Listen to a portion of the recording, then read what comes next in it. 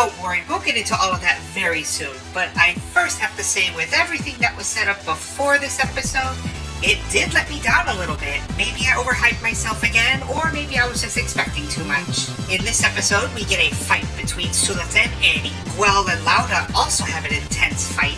A new super weapon appears out of nowhere, and we possibly lose another character in this series. So much to go over, so much to talk about. I can't wait to jump into this one. So let's jump into the latest episode of Mobile Suit Gundam: The Witch from Mercury. Heavy spoilers are ahead, so you have been warned. So we start out with a fight between Suleta and Annie. Or should I say, Annie doing all the shooting, and Suleta just dodging everything. Yeah, despite a new scene in the intro showing an intense fight between Annie and Suleta, that doesn't happen. Or at least not as intense as it makes it out to look. I get it, Suleta didn't come here to fight, she came to talk to make some sense of everything. But how are you going to show this in the intro and then give us this instead? Anyway, so Suleta pleads to Annie to stop, but Annie is determined and says for her to get out of her mother's way. The other Annies tell Suleta to go back to school with her friends, as this is a matter for those who can live only in the data store. We then jump to Lauda in the Swarzette fighting Guel and his Delanza. He continues to blame Miorine for Jaturk's recent bad luck. Lauda is on a revenge-filled rampage, and in the process, he hits Earthhouse's ship. Felsi leaves the bridge as she watched the two brothers fight. Oh boy, this doesn't look good for Felsi. Is she going to pull a Lala, or will something else happen? Just wait for it. Choo-Choo and the Demi-Barding launches off of the ship's platform. Remember, the back unit can turn off the permit link and use a wireless optical connection instead. That's like things going from 5G to 3G. The mobile suit is nearly uncontrollable once the switch happens. But Choo-Choo manages to gain control and pushes into the data storm. As all this is happening, Miorine clutches her little Eskimo charm. We get it. Lauda continues to push his bodies to the limits in the Swarzette. We then see the true power of this badass Gundam. Its big sword splits into gun bits and does the new Gundam half-wing funnel thing.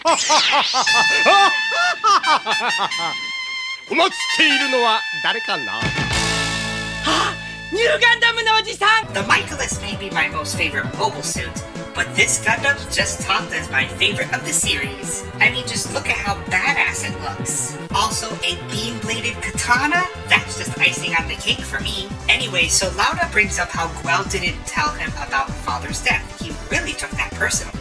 But Guel says it was his sin to bear. Lauda says that his brother's sin is his arrogance as he begins dismantling the Delanza. This duel of brothers has me so worried. I sure hope nothing bad happens to our best boy Guel.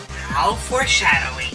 Meanwhile, on the opposite end of the battlefield, the Space Assembly League fleet approaches. A communication comes in from Gustan, who is on a Veneran group ship. He requests to speak to their HQ. The captain on the League ship was hesitant, but then suddenly, Delling shows up on the screen. He quotes the League's charter and requests to have an emergency special meeting, a meeting to determine if it was justifiable to intervene in Veneran group affairs. That message alone took a lot out of Delling, and he was exhausted from posturing himself. Well, this is an unexpected surprise. He literally just woke up from a coma, and now he's here doing the Delling thing by throwing his weight around? But what power does he really have? Last I checked, Miorine now wears the pants in the Veneran group. Bit of a head scratcher on this one, but we'll go with it. We then go back to Suleta continuing to dodge the aerial's attacks. Annie tells her to stand down, and finally she scores a hit on the Caliban. The other Annies also tell her to stop so their mother can build a world for Annie. Suleta then asks a very good question. Is it worth to take all the fronts for this goal? They respond saying Annie wouldn't do that, but if they're in the way,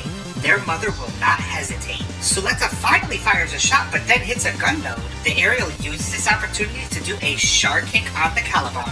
After asking one more time to stop, Suleta refuses.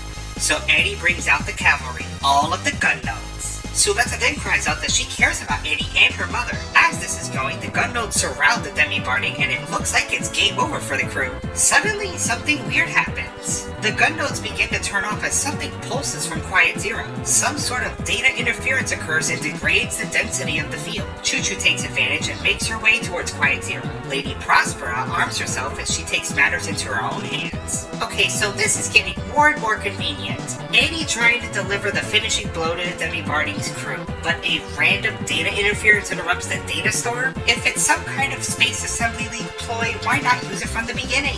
Very confusing, but maybe we'll get some clarification in the next episode. Back to the Space Assembly League, they reveal that they have a interplanetary laser power transmission system. Alright, hold on a second. So they have a colony laser, a solar system, the Genesis cannon? Come on, the conveniences are beginning to pile up here. So this was developed under the assumption that it was a power transmission system, but in reality, it's a gigantic cannon. The pale old ladies in the Space Assembly League scheme about as to how they could fire this weapon. As for Delling's request for a special meeting, they feign ignorance and claim they never received such a thing. The cannon is so powerful, it would not only annihilate the Benner group, but the entire sector itself, including all of the fronts that aren't even involved in this. But this is all a part of the plan, because with the destruction of the sector, someone will have to come in and lead the rebuilding efforts. That's where the old ladies come in and to lead and control the group. Again, this is a lot of conveniences that are falling in a row. Now before you say, well gee Fanny, the colony laser and Gundam showed up out of nowhere too. Okay, but did it though? They had some sort of build-up going into it. They didn't just appear in the same episode. I can't be the only one to think this seems just a little bit rushed to fit the episode cap. We'll get into this a little bit more later on in this video. Meanwhile, Miorina and the others infiltrate Quiet Zero. Kanaji hands Belmaria a pistol, but she's hesitant with taking it. As they make their way through the halls, they are greeted by the most hostile Haro we have ever seen in Gundam. Automaton Haros? I didn't see that one coming. Well continues to fight his brother as Lauda is struggling to keep it together. The Gundam is exerting a lot from his body. As the Swarzette is just standing there, the gun bits are doing all the hard work. As the Delanza's legs are blown off, Guel pleads for his brother to stop, but Lauda is set on destroying the witches and Miorine. After firing a canister shot, the Delanza is now disabled. If Guel will not make Miorine pay for the death of their father and the harm done to Petra, Lauda will take it upon himself to cast judgment. In place of his brother, who is under the witch's spell, he will shoulder all of their sins. Lauda then rushes towards Guel, sword in hand. Oh no. Wait, no! This can't be happening. Guel is charging in too? Guel turns off the beam saber, and the Delanza is... No. This can't be happening. A sappy flashback between the brothers? There's no way it ends like this for Guel, right? Instant regret swells over Lauda. He begs for his brother to run, but Guel is no longer running. Guel tells his brother to not pilot a Gundam anymore as his Delanta begins to float away, an explosion most likely being imminent. I swear, every time I find someone I like in Gundam, they end up dead. It happened with Garma, it happened with Jared, it happened with Shirango, it happened with Resin, it almost happened with Cram. Wait, what's this?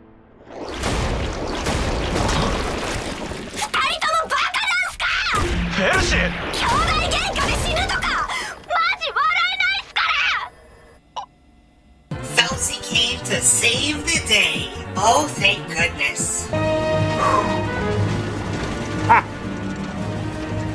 Almost lost my cool there.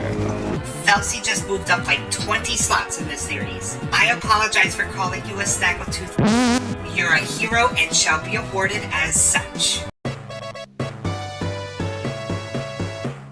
Back in Quiet Zero, there is a shootout between the Haros and Kanaji. Ellen then pulls out a gun out of nowhere and returns fire.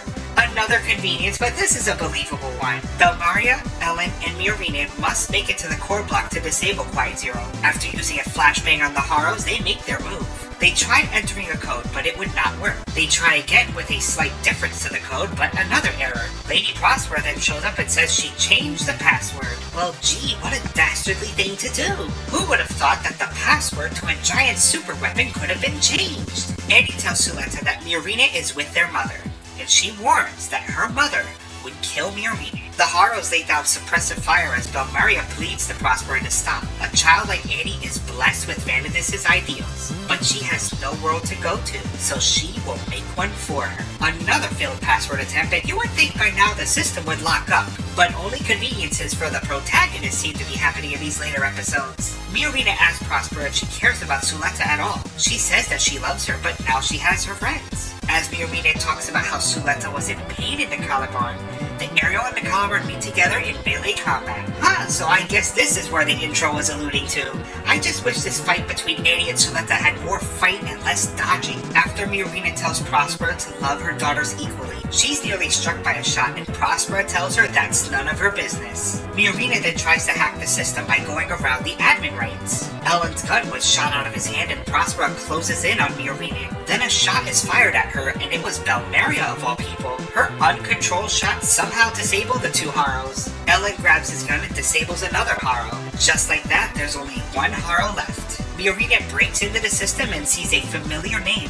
Her mother's name. The security question was, how are our tomatoes? Miorine then starts connecting everything together. The genetic code within the tomatoes and the message, I will always be attached to you, Miorine. Belmeria then runs out of ammo and Prospera looms over the corner and aims at Miorine. Belmeria moves to shield her, but the Haro is distracted by a floating magazine and fires at it. This distraction was enough for Ellen to fire a headshot at Prospera, knocking her helmet off. The system accepts the genetic code of the tomato as the password, along with a final note to Miorine, I love you, from Mom.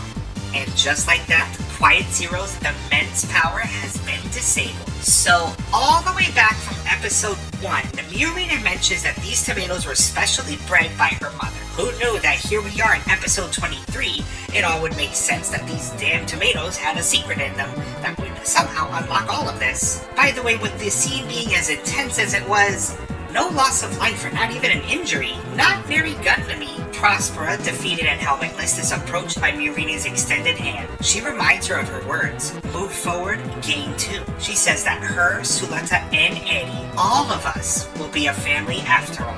Prospera does not look very happy with that, and I'm sure this screenshot will be paraded throughout the week by the Yuri fans. But just as this seems like an all's well that ends well ending, did you forget that the Space Assembly League has a giant laser out there? So Deli informs the League ship that Quiet Zero has been shut down and for them to leave. But the head assembly guy says Deli and his companies have grown far too big. The gigantic, totally not solar ray colony laser Genesis cannon moves into position and aims at its target, Quiet Zero. The old ladies look on with gleeful smiles while real Ellen is surprisingly stern about this. The cannon fires a gigantic blast towards Quiet Zero. The Aerial then activates all of its remaining gun nodes. The activation causes Prospera's head to light up and she knew what her daughter was doing. Annie and the gun nodes form a defensive shield to take the impact of the blast. The gun nodes are all but destroyed and Annie looks over her shoulder one last time before her very own destruction. All that was left of the Aerial outside of a few bits was an upper torso,